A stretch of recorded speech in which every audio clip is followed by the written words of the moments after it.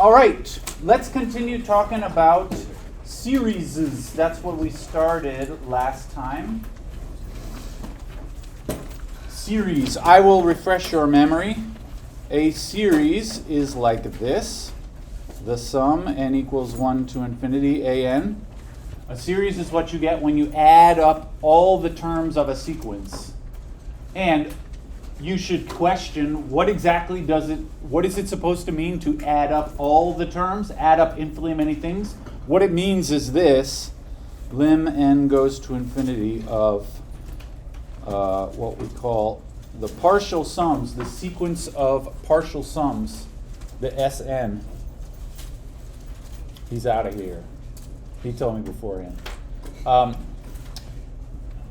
This is what it means to do the infinite sum, the sum of all the terms. It means you consider the sequence of partial sums and then take the limit as n goes to infinity of that. And I will just refresh your memory. What the Sn means, the Sn means a1 plus a2 plus blah, blah, blah, all the way up to an, right? So you are taking this sum, which is only finitely many of them added together, but then you're also taking the limit as the n goes to infinity. All right, that's called the sequence of the partial sums. This is the definition of what a series is, and today we're going to at least start what will be sort of a long journey of learning various tricks and techniques for calculating the actual value of series. What does it actually add up to? This is a hard question in general. From last time, we considered the sum n equals 1 to infinity of 1. This is just like, 1 plus 1 if I were to write out the terms. And to nobody's surprise, this one diverges. This diverges. Of course, if you just add 1 forever, it is not going to add up to a finite amount. It diverges. And why is that? It's because since it's easy to see in this example that Sn equals n. Remember, Sn means you add up the first n terms. So if I add up the first 1, I get 1. If I add the first 2, I get 2. The first 3, I get 3, and so on. You add up the first n terms, you get n. And then, so the lim of the Sn, this diverges, right? This is the limit of n as n goes to infinity. That is infinity, or you could say it diverges. All right, that's what we did last time. And I left you with the tantalizing question, what about the sum minus 1 to the n? This one, in my opinion, is considerably more interesting. If I were to write the terms here, it looks like negative 1 plus 1 minus 1 plus 1 minus 1 plus 1, etc. All right? What does that add up to, if anything? I think the foremost question in your mind, more specifically, should be, is that 0 or not? Like, whatever it is, if it's anything, I would say maybe it's 0. I'm not really sure I could believe that it's anything other than 0, but I suppose it could be 0. Actually, anybody, there is actually one other number that you might think this could be. Any idea? Yeah? 0 when n is even. Yeah, I think what you're thinking about is if I only add up some of them, you're going to get 0 if you only add up an even amount of them, right? Yeah, and you're going to get, if you add up an odd amount of them, I think you're going to get negative 1, right? Yeah, overall, it doesn't, like when you're talking about the series, you don't really ask yourself, is n positive, or is n even or odd? Because n is like everything. Like it's 1, and then it's 2, and then it's 3. So this thing, my question of what do I get when I add them all up, the answer can't really depend on is n or even or odd, because the n is not a specific value here. Yeah, but this is the key observation is that if you add only some of these, so I'm going to consider the partial sums, S1, S2, S3, and see, let's go that far. I think it'll become obvious what the pattern is. What is the pattern? S1 means you only take the first one, so that's negative 1. S2 means you only take the first 2, that's negative 1 plus 1, which is 0. S3 means you take the first three, so that's minus 1 plus 1 minus 1, which is minus 1. S4, you take the first four, minus 1 plus 1, all right, that's 0, etc. Can you see the pattern? I think we can all see the pattern. It's just negative 1 and then 0, and then negative 1 and then 0. So the partial sums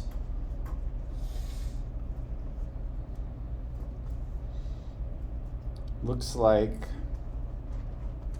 you know, Sn, the terms say minus 1, 0, minus 1, 0, minus 1, 0, etc. forever. All right. So that means the big series, n equals 1 to infinity, minus 1 to the n, is equal to the lim n goes to infinity of the Sn. This is just what a series means. The series always equals, that's the definition, it equals the limit of the partial sums. And can anybody say, what is that limit? Is it 0? I think it is not 0. These terms here, they do not all approach 0, right? Is it minus 1? I would say also it is not minus 1. They don't all approach minus 1. In fact, I would say they do not all approach anything in particular, right? This sequence diverges. It doesn't go to infinity, but it doesn't converge to anything. So this diverges. All right. So if you are talking with the kids on the playground, out trick-or-treating, and someone asks you, what if you add up minus 1 plus 1 minus 1 plus 1? What do you get? The answer is it diverges.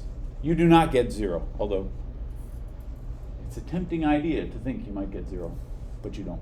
All right. It's also kind of a tempting idea to think you might get negative 1. That's because if I only, you might say like, oh yeah, all of these guys, they just cancel out 1 by 1, so I should get 0. And you know, I could buy that. Although I would also say, okay, yeah, but what about all these guys? They cancel out 1 by 1 and you get 0 here, which means the whole thing is negative 1 plus 0, so the whole thing is negative 1 for exactly the same reason. This is somewhat paradoxical. If there's one reasoning which says that it equals 0, but another equally valid reasoning says it equals minus 1. What is the resolution of this paradox? It's just, it doesn't equal anything. The true answer is that this sum diverges. Right. Great. Let's talk some more examples here. I would like to, our next kind of big category of examples, what about a geometric series? This is something we talked about last time. We talked about the sequence r to the power n. This time I want to talk about the series r to the power n. And for technical reasons, just because it makes the formulas better, our book always puts a n minus 1 up there. All right.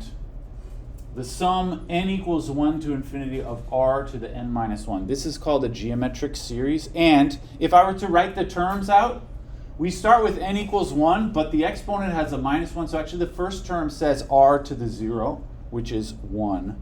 The next term says r to the 1, and then r to the 2, r cubed, etc. All right.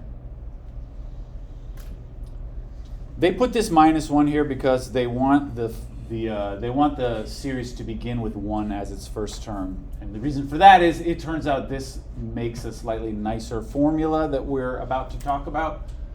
If you don't have this minus 1 there, it complicates matters just a tiny bit. Okay, anyway, this I would like to know, does it converge to something?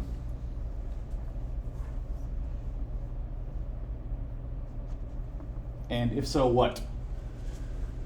And I'm imagining this for various r. So really the question I'm asking is, for which r does it converge, right? I guess, you know, like for example, I can tell just by looking, if r equals 0, that really does converge. It adds up to 1, right? Because almost everything there is 0. So does it converge? The answer is at least like sometimes it does. When r is 0, it does. But for which other r values does it converge? I can say for r equals 1, it does not converge. If r is 1, then this is just 1 plus 1 forever, and that diverges. But anyway, this is the kind of thing that I want to chat about. So as always, if I want to think about this series and whether it converges or not, we must think about the partial sums. So the partial sums here, partial sums. Sn, remember what that means? It means you just add up the first n terms. So it would be, just like up here, only I'm not going to put dot, dot, dot. I'm going to stop after writing down n things. So this would be 1 plus r squared, etc. What's the last one going to say if I'm taking the first n terms? Yeah? R to the n minus 1. Yes, great. It has to be n minus 1 here because you're also counting this guy. That's the first n terms here. Okay, does that add up to anything? It's not obvious, but there's actually a cute trick for adding this up. A cute trick.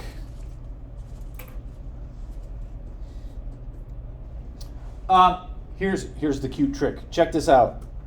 This is not obvious at all, and actually you're not going to have to remember how to do it. This is a weird trick, but we're only going to do that just this once. First of all, I'm going to multiply r times Sn and just distribute the r on the right-hand side.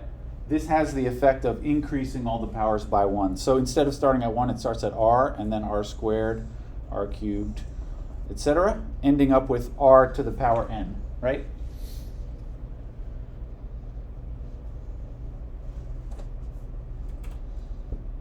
All right, and then here's the trick. What makes this hard to add up really is just these dots, right? The fact that I have this kind of infinitely many things in the middle is a real pain. But check it out. I'm going to, maybe I'll move my cute trick words here. It is a cute trick. I'm going to subtract just vertically here. Subtract those two equations. On the left side, and the point of that is that almost everything is going to cancel over here. In particular, all the stuff in the dots will just cancel entirely. That's the purpose of this trick. So on the left, I get Sn minus Rsn, right? And on the right, like I said, everything cancels, although not quite everything. Can anybody say what's going to be left over after you cancel all of the things that can cancel? Like the r, this r here will cancel that r, and so on. There's a few things left, yeah? 1, yeah? Anything else not cancel? Yeah? R to the n minus 1. I think actually there is a r to the n minus 1 right before this one, right? This is Rn. The one right before it would be r to the n minus 1, and that would cancel here. Although something like that. Is that what you were going to say? So. I was going to say n. Yeah, I think r to the n never cancels. It's here, but there is no r to the n here. That's the one that would be next up here, but it's not there. So when they cancel, r to the n minus 1 does cancel. R to the n remains, and because this is part of the one that's being subtracted, it'll be that. All right? It's an extra one that got subtracted, which never canceled one up above. All right? The cute trick is almost over. Here, actually, now we can, in there, solve for Sn, right? You can factor Sn on the left, 1 minus r, equals 1 minus r to the n, and then divide. There you go. How do you like that? All right? So this is, we have now two ways of writing Sn, right? There's this one on the top with a dot, dot, dot. But actually this is much more convenient because it doesn't have the dots in it. You can talk about this one much easier than you can talk about the other guy. All right? Okay, what's the point of this Sn? Remember, the purpose of this was so that we could calculate the series. So that means the series, r to the n minus 1, and equals 1 to infinity. It equals the lim of the Sn's. But that we just calculated, Sn is 1 minus r to the n over 1 minus r, right?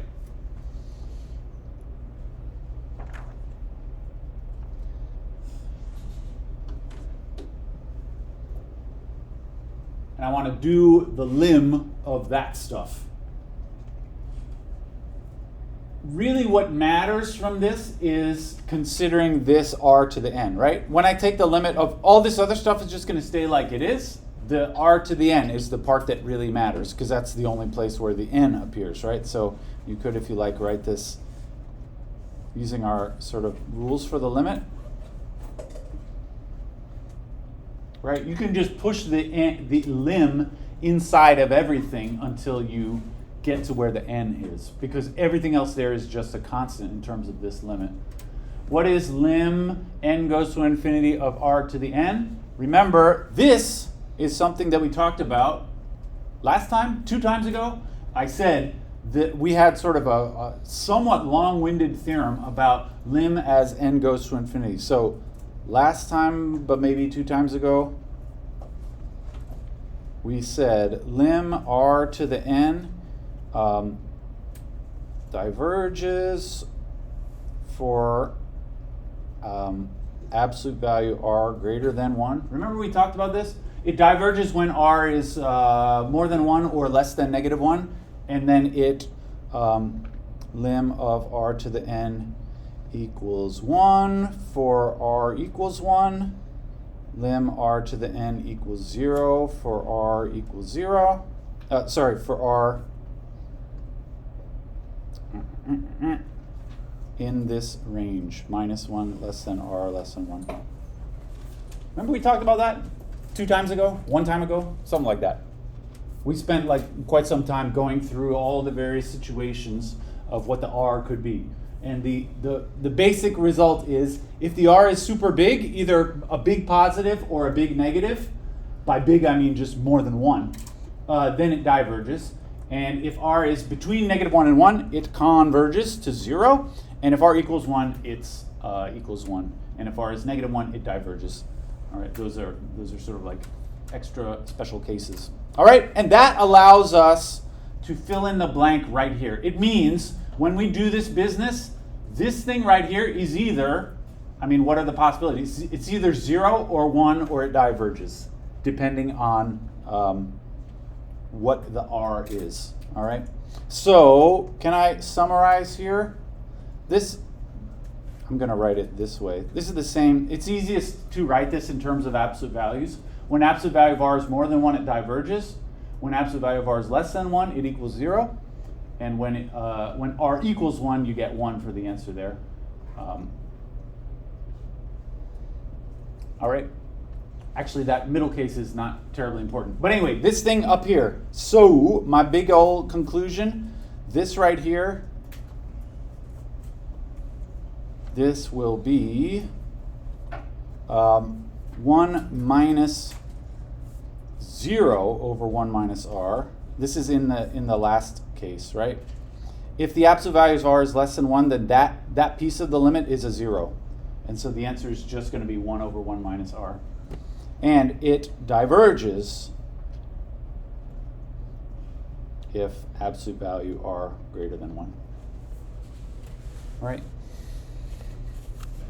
And what about, this is almost telling the whole story. Here I said absolute value r less than 1. Here I said absolute value r greater than 1. What about absolute value of r equals 1? That would mean either r is 1 or r is -1. But actually those are special cases.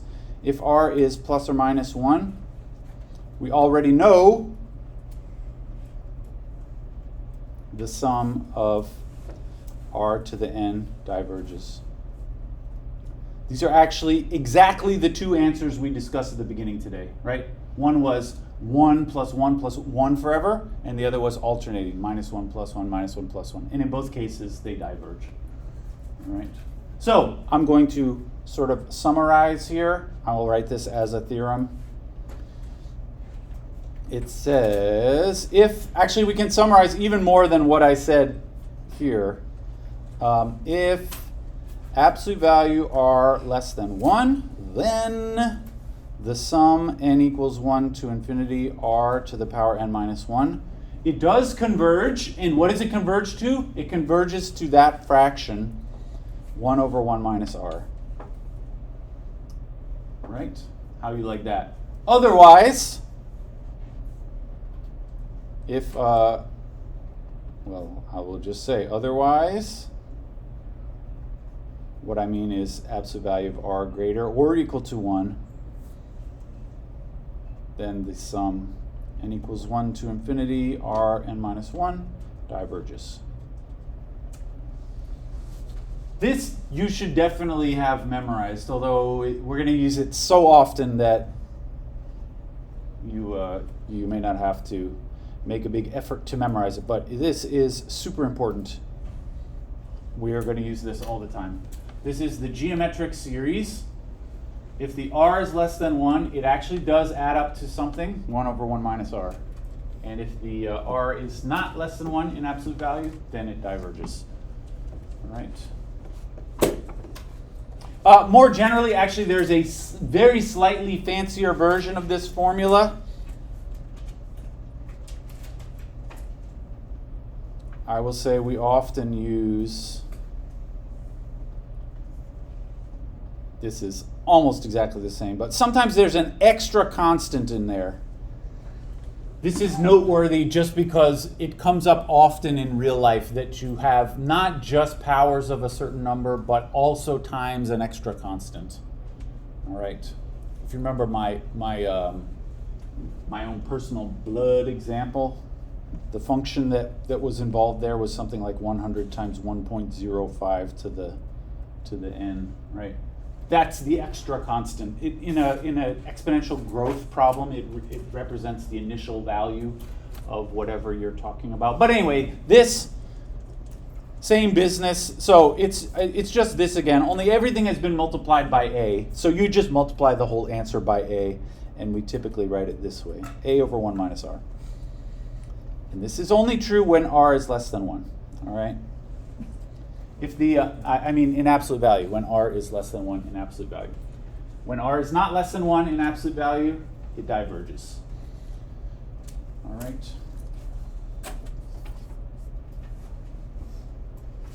These things, such a thing right here, this is called,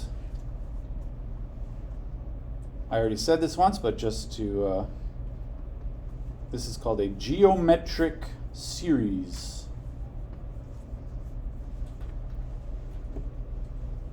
All right. And the moral of the story is it's always easy to find the answer of a geometric series because it just adds up to a over 1 minus r. So if you know what the a and the r are, then that's the answer. And you don't really have to work too hard to find this. Sometimes somebody will just write out the terms and ask you to find the sum. So here's a typical homework example. This is easy if you know how to do it, but how about sum the geometric series? And maybe they don't write it like a series, but they just write it like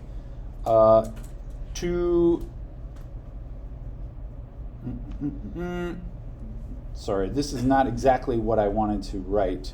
Yeah, I'll write it anyway. How about a half, a sixth, a 18th, a 54th, etc.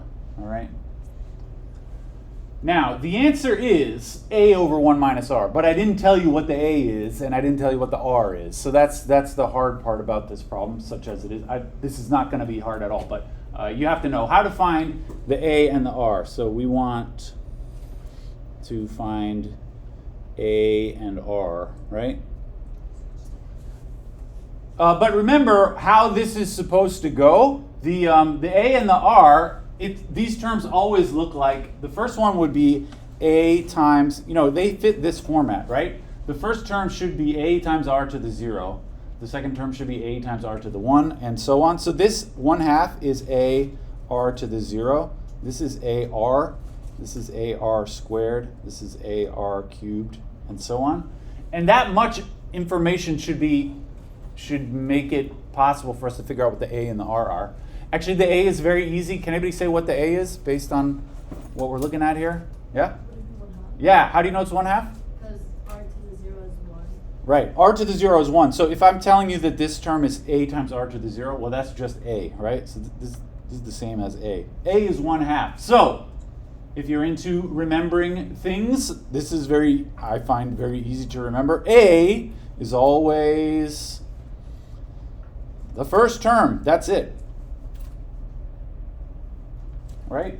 Because the first term is supposed to be a times r to the 0. R to the 0 is 1, and so the first term just straight up is a. All right?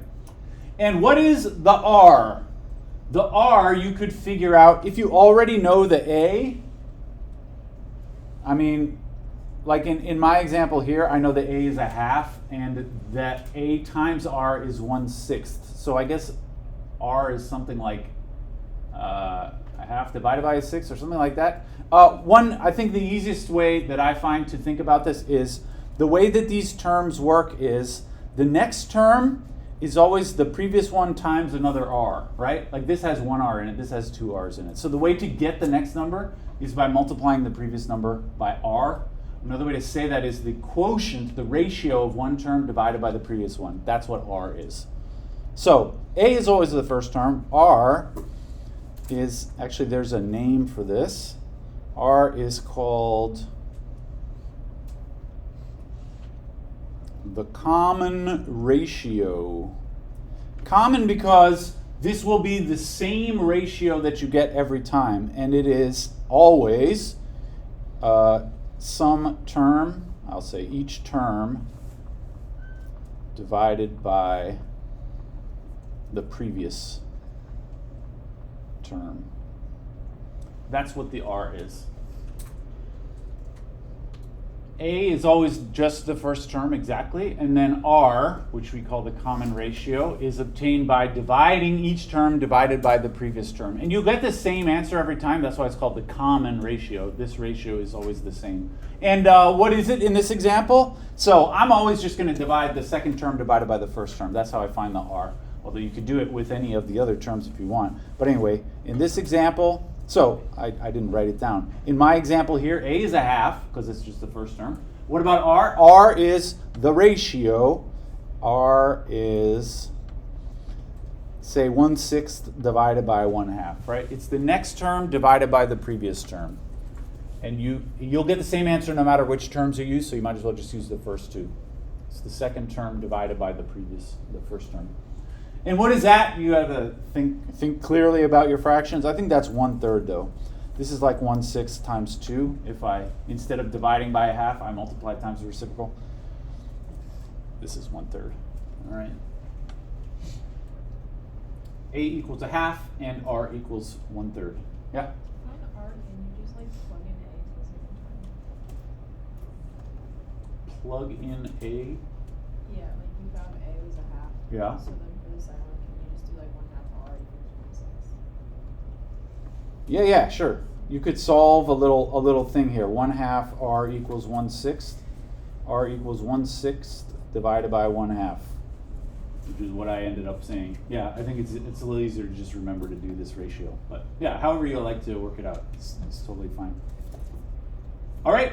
Okay, so anyway, what is the sum? I said, our job here was to sum the geometric series. So what it is, first of all, remember the big sort of formula that you should keep in mind is this formula right here. That's the answer. And this answer is legitimate when the R is less than 1 in absolute value. So first of all, we should just note we do have absolute value R less than 1 because R is 1/3. That means we can use the formula. So we can do A over 1 minus R, right? So that means 1/2 plus 1/6 plus 1/18, etc. What does it equal? It equals this, A over 1 minus R. That's 1/2 over 1 minus 1/3. This is 1/2 over 2/3, which is 1/2 times 3/2, which is 3/4. There you go. So this, if you know what's up, it's basically just a matter of like plugging into formulas, and you can find the answer of the series. Pretty great in my opinion. If you asked me before today's class, how would you add these numbers up? My answer is I have no idea. I mean, maybe I'd be able to, like, they seem to be getting smaller and smaller, so I guess maybe they converge, but what does it actually add up to is that. Pretty great, in my opinion. This is, and we're gonna be using this formula all the time. All right, any thoughts about that? Let's try another one. I got 2 more to try, and then I have some for you all to try. I think we've got enough time for that. Let's try 2 minus 1 plus a half minus a fourth, etc. All right. And if I tell you this is a geometric, then we should be able to add them up just by finding the r and finding the a. So let's just do it. We don't have to think too hard about this. Anyone want to say what's the a? A is 2 making r negative 1/2. R, yeah, a is 2. How do you get 2 from that? First term. Yeah, the a is always just the first term, so that's 2. And then the r is the ratio of, let's say, the second term divided by the first term. And I think he said negative a half. That's what we get, all right? So this, just in case you're just joining us, this is the first term. And then this is the ratio. Each term divided by the previous one, negative a half. All right? Now you ask yourself, can I use the formula? The question is the absolute value r less than 1? And the answer is yes. So here, absolute value r is less than 1. So that means it converges. Right? If this absolute value of r turns out to be not less than 1, then it diverges and you're done at that point. But anyway, our absolute value of r is less than 1, so it converges to, a over 1 minus r. That's the formula. And it is, in this case, 2 over 1 minus negative a half. That's 2 over 3 halves, which is 2 times 2/3. 4/3 is what that adds up to. All right. Great. Very strange, actually. Weird. Something weird about this is, you may notice, like here, what you're doing here is adding together a bunch of fractions, all of whose denominators are even, but they add up to 4/3. This is kind of strange, but for ordinary adding of fractions, that wouldn't be possible. But because there's infinitely many of them, weird things can happen, and you end up with 4/3 as the answer. All right, I got one more. In this example, it is written like a summation, but it's a little weird. Really, what's weird about this is the 2 inside the exponent. Remember, one of these things, when it's set up like a's and r's, we would like to see a times something to the power n minus 1. And that's not how this is written. In particular, like specifically, in this example, 6 is not the a, because this is not written in the usual format. So there's, I would say, 2 different ways you could handle this. One would be to somehow re-simplify this thing so that it looks like the normal format, just some number times something to the power n minus 1, although it's not always obvious how to do that. I think it's a little easier here to just write out some terms. Because I'm trying to find the a and the r. Remember, a is just the first term, so if we write out some terms, then we'll know what the a is, right? What is the first term? I use n equals 1. It says 6 times 3. I'll say this is a1, the first term. 6 times 3 to the minus 2, right? This is 6 over 9, which is 2/3. Okay, so that's a. What about the second term? The second term is 6 times 3 to the minus 4, if I use n equals 2 in there. And then what is that? This is 6 over 81. That's 3 to the 4. And does this simplify? We could divide out 3 there.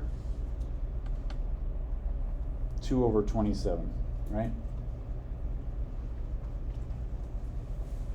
That's the second term. And actually, this is all we need in order to find the a and the r. So a is the first term, 2/3. R is the ratio. Remember, it's always like the second one divided by the first one. And we've got to keep these fractions straight, but it's 2 over 27 divided by 2 over 3. right? And if I were to write this as a single fraction, 2 over 27 times 3 halves, them 2's cancel, and then I have 3 over 27. This is 1/9. All right, so this is my A and my R. Right? So what's the answer? R is less than 1 in absolute value, so we can use the formula, and the formula says, so I'll just write the sum again. N equals 1 to infinity, and 6 times 3 to the minus 2n is A over 1 minus R, which is 2/3 over 1 minus 1/9. That's 2/3 over 8/9. 2/3 times 9 over 8, whatever that is. I guess 3 and 9 will cancel, puts a 3 on top, 2 and 8. It's 3/4, right?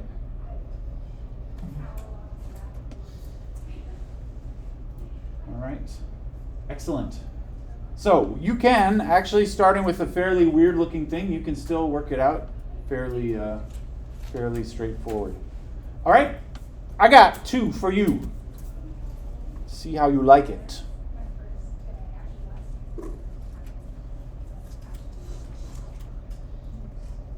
For both of these, I would suggest try to write out the first 2 terms, and then you'll be able to figure out what the A's and the R's are.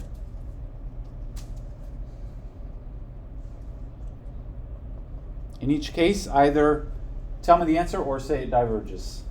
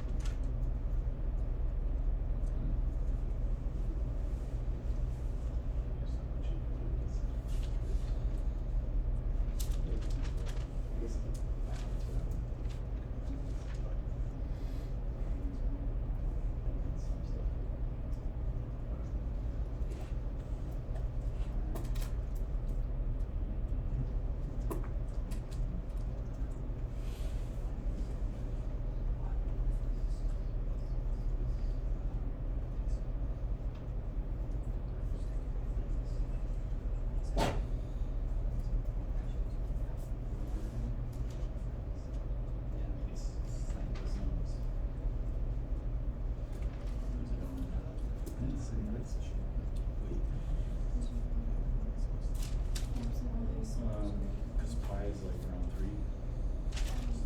Oh, there. Yeah, that's great.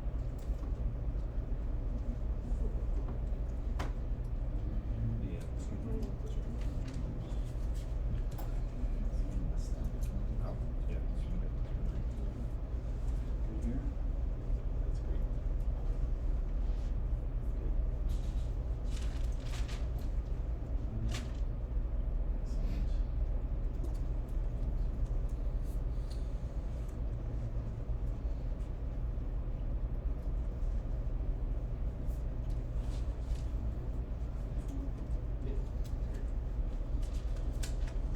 Okay.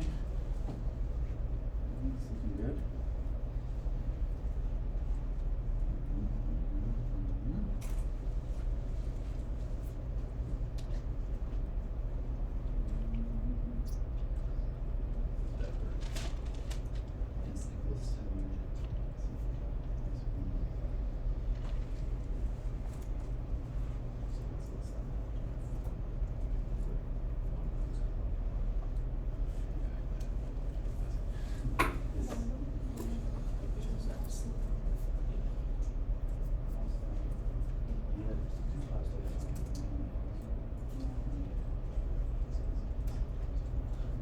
I think it's for the R.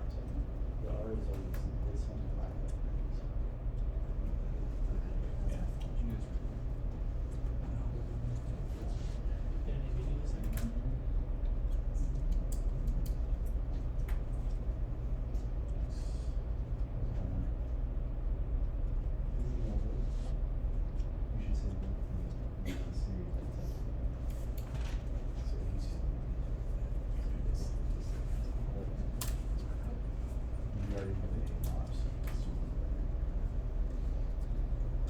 Good. Like that. Yes. Great. That's fine. Mhm. Yeah, great.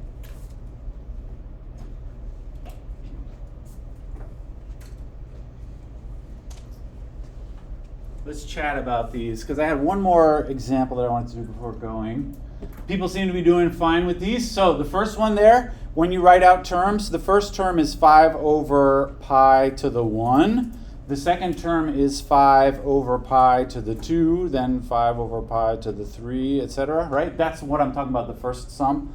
Maybe I should put pluses just because it's a series, so these are all added together. But anyway, the a is the first term, 5 over pi, and then the r would be, it's always the second term divided by the first term. So it's 5 over pi squared divided by 5 over pi.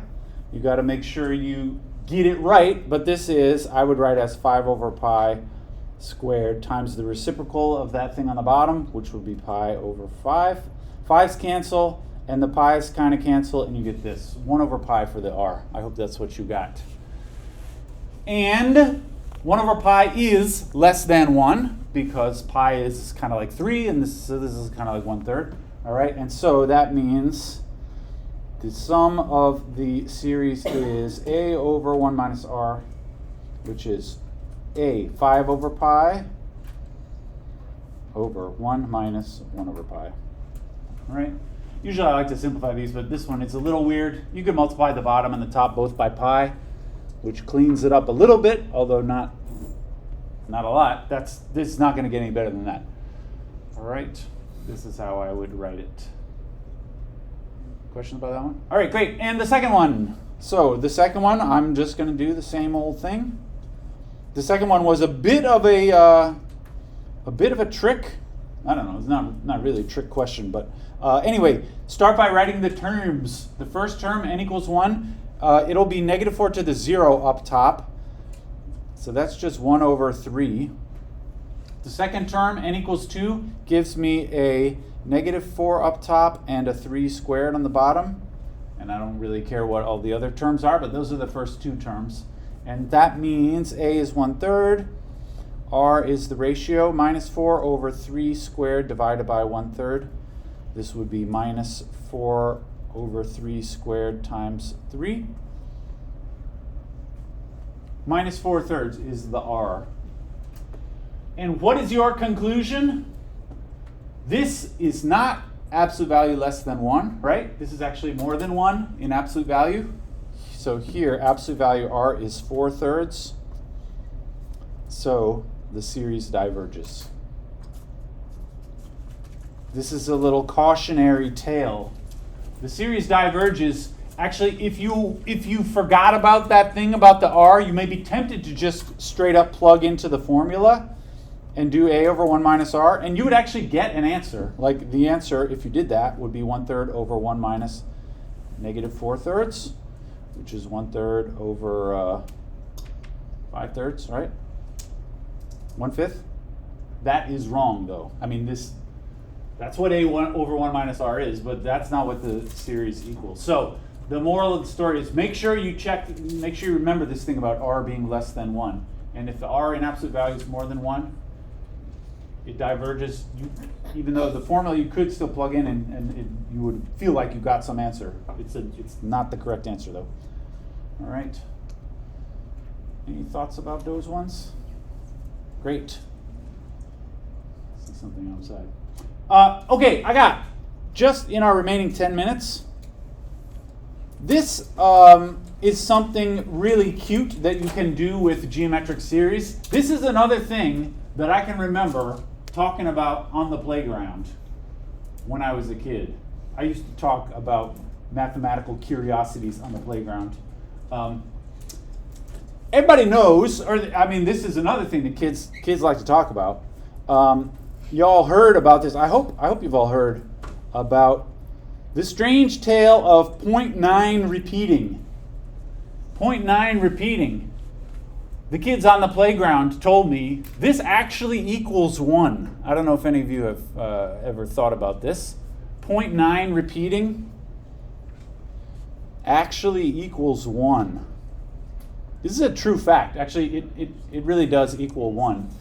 This is something that I hope, you've all familiar with this fact, right? I hope that everybody has thought about this a little bit. I mean, and there are lots of different ways that you can learn about why this is true. I think when I was a kid, this was first explained to me by one of my teachers who said, check it out. This equals 1 because, check it out, what happens if I add 0.3 repeating to another 0.3 repeating and another 0.3 repeating. What do you get if you add these things together? Well, if you just add digit by digit, you do indeed get 0.9 repeating, right? But another thing everybody knows on the playground, this is 1/3, right? This is also 1/3.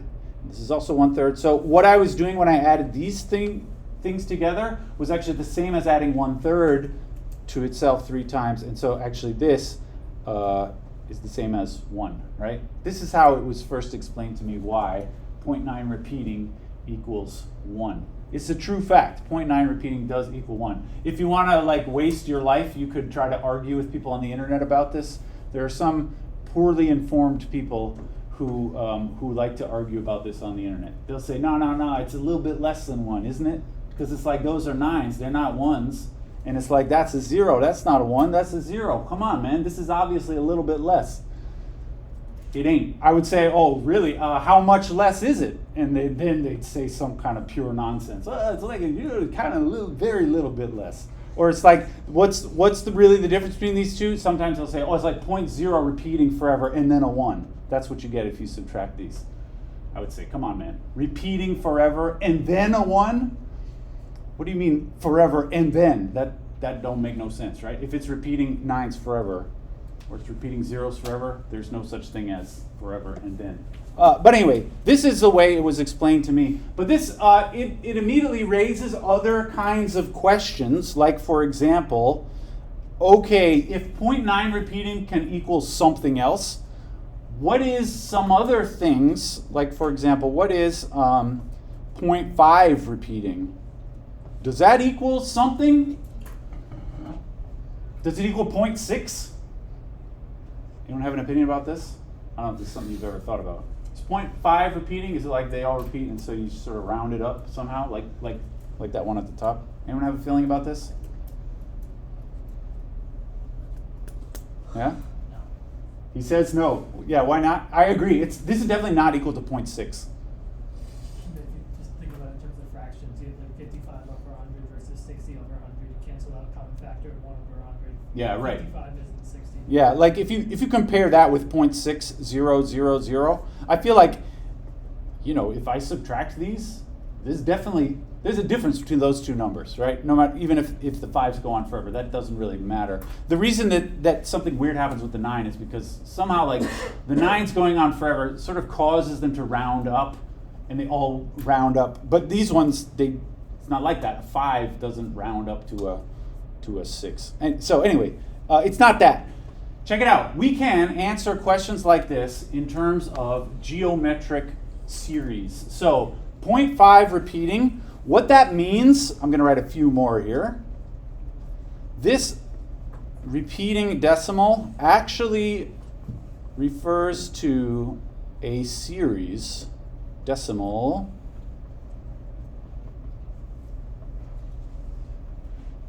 means, I think maybe a more fundamental question that nobody on the playground is really trying to ask is, what do you even mean when you say 0.5 repeating forever? Like, what is that?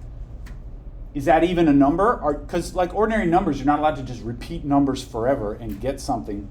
It's only because of the decimal point that this even means anything. But what does it actually mean, 0.5 repeating forever? I say what it means is this. It means 5/10. That's what the first 5, like the leftmost 5, represents 5/10. The next one over represents 5/100. The next one over represents 5/1000, and so on. It means this series, all right? That's what the repeating decimal means. And in fact, you can write that as a geometric series. Each one is just a power of 10. This is 5 times 10 to the minus 1. The next one was 5 times 10 to the minus 2, and then 5 times 10 to the minus 3, right? So it really does look like there's sort of like that one number in front of everything, and then you have powers of some other number, right? And so this really does nicely fit our format of, I'll say this is a geometric series. And so we can actually add it up using the a over 1 minus r formula. Or maybe it diverges. That's something would blow the minds of the kids on the playground. Would you believe me if I said this diverges? You shouldn't believe me. I feel like it's kind of close to 0.55, right? So it's not like infinity. But anyway, can we do this geometric series? Let's just do it. It's not easy. The a is the first term, which is just 5/10. 1/2, I guess, right? And then the r is the next one divided by the previous one, so that's 5 over 100 divided by 5 over 10, right? This is 5/100 times 10 over 5. This is 5's cancel, 1/10. That's the r. Does it converge? Yes, because 1/10 is less than 1 in absolute value, so it doesn't diverge. And furthermore, what does it add up to? So it converges to a over 1 minus r, which is 1/2 over 1 minus 1/10. That's the answer. I mean, just to simplify so that you can tell your friends on the playground, this is 1/2 over 9/10, which is 1/2 times 10 over 9. 5/9 is what that is. 0.5 repeating is 5/9. Actually, if you follow the same, if you want to give your friends a sort of final answer, by the same reasoning, you can show that this is 1/9. Just by going through the same argument. And so if instead of repeating 1s forever, you repeat 5s forever, it should be 5 times 1/9, which is 5/9. Next time we'll talk about other kinds of repeated decimals. Hope you have a good weekend.